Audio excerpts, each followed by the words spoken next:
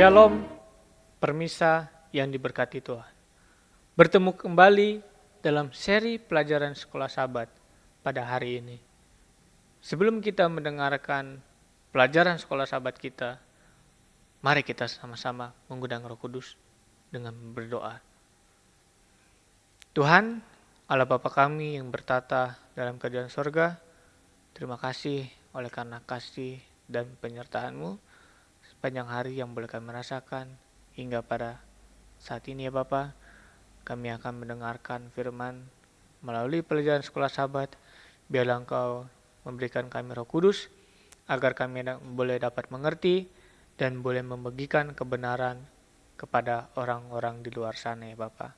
Kau berkati para permisa yang ada di dalam perjalanan pulang ataupun yang berada di rumah. Biarlah Engkau berkati mereka, berikan hikmat, kebijaksanaan, sehingga boleh sama-sama mendengarkan dan boleh memberitakan kebenaran. Terima kasih ya Bapa, di dalam nama Yesus, Juru Selamat dan Penebus kami yang hidup. Amin. Pelajaran Sekolah Sabat kita, Rabu tanggal 4 Desember 2024, dengan judul Akulah Kebenaran. Dalam bacaan kita terdapat dalam Yohanes pasal yang pertama, ayat yang ke-14 dan ayat yang ke-17.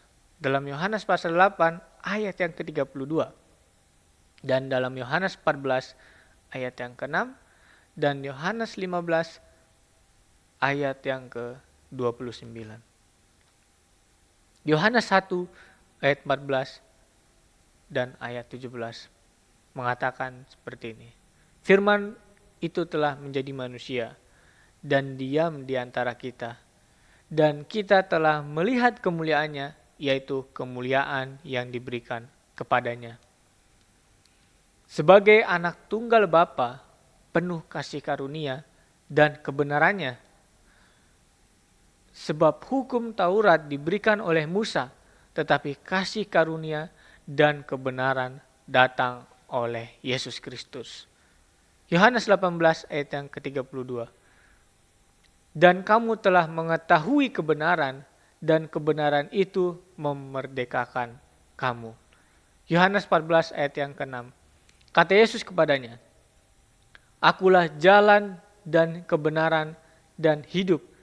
Tidak ada seorang pun yang datang kepada Bapa kalau tidak melalui aku. Dalam Yohanes 15 ayat yang ke-26.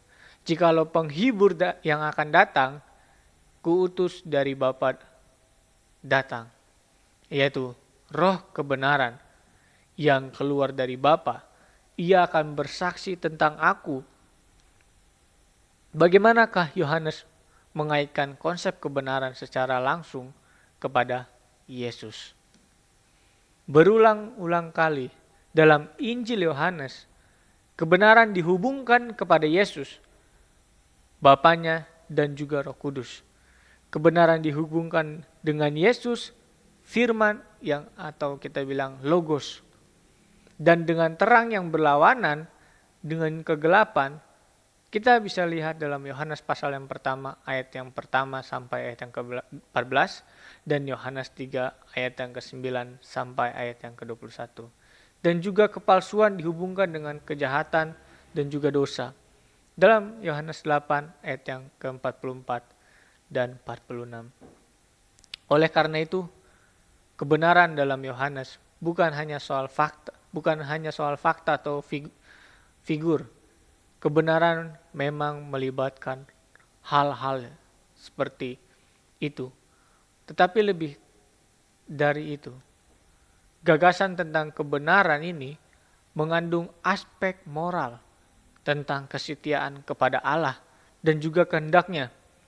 Banyak orang yang berseru kepada Allah, yang hidup menginginkan kehadiran ilahi.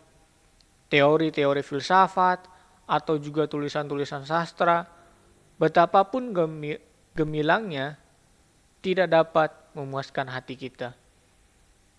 Pernyataan dan penemuan manusia tidak berguna. Biarlah firman Allah berbicara kepada manusia.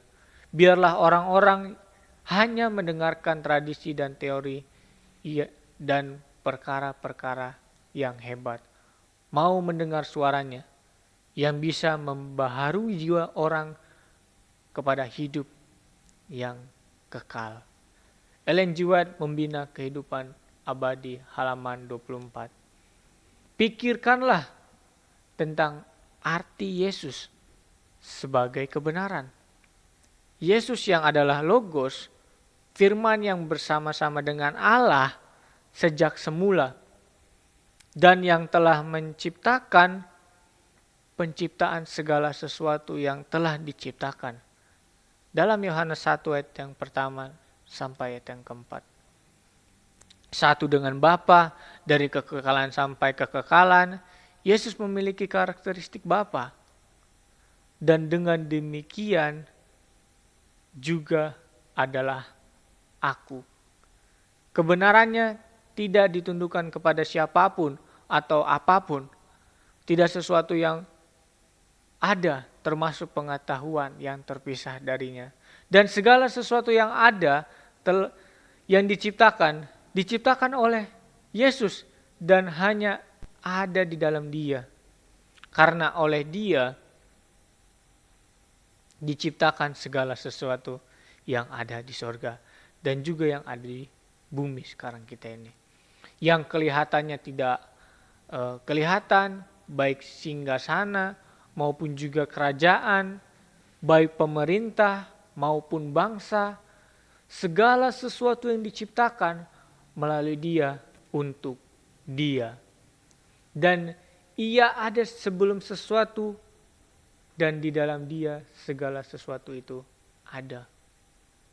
Kalau kita lihat dalam Alkitab kita, dalam Kolose 1 ayat yang ke-16 dan juga ayat yang ke-17. Yesus bukan hanya perwujudan dari kebenaran, tetapi Dia adalah kebenaran. Kebenaran bukanlah sebuah konsep atau yang bisa dirancang, tetapi kebenaran adalah suatu pribadi. Kebenaran Yesus Kristus dapat diibaratkan sebagai matahari yang menerangi dunia dalam Yohanes 8 ayat yang ke-12. Hal ini sejalan dengan apa yang dinyatakan oleh C.S. Lewis tentang kekristenan.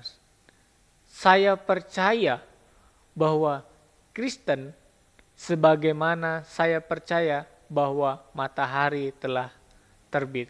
Bukan hanya karena saya melihat, tetapi karena olehnya saya melihat segala sesuatu yang dilihat.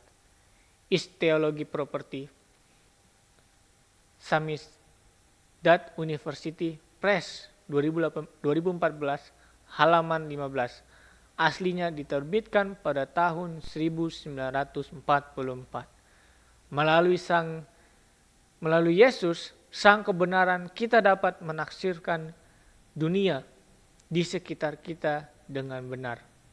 Jadi melalui pelajaran ini, biarlah kita diperkuat bahwa akulah kebenaran, akulah jalan kebenaran dan hidup.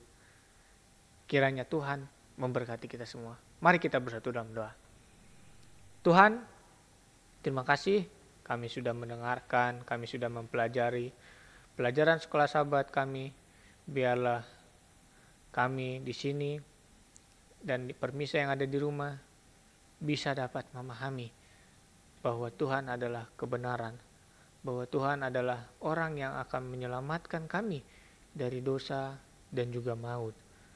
Tuhan, pada kesempatan yang indah ini, biarlah para permisa yang ada di rumah Kau berkati, baik dalam kesehatan, biarlah Kau berkati, mungkin ada yang sedang sakit, biarlah Kau boleh sembuhkan segala penyakit melalui makanan dan juga obat-obatan, sehingga boleh kembali beraktivitas seperti sedia kala ya Bapa. Kau berkati setiap pekerjaan, setiap kegiatan yang dilakukan, baik itu dalam perkuliahan ataupun dalam masa sekolah. Biarlah Kau campur tangan dalam masa pertumbuhan, sehingga boleh menjadi berkat bagi orang lain untuk kepujian dan kemuliaan nama Tuhan. Terima kasih ya Bapa, ampuni dosa dan pelanggaran yang begitu banyak, karena kami berdoa dalam nama Yesus, Juru Selamat dan Penebus kami yang hidup. Amin.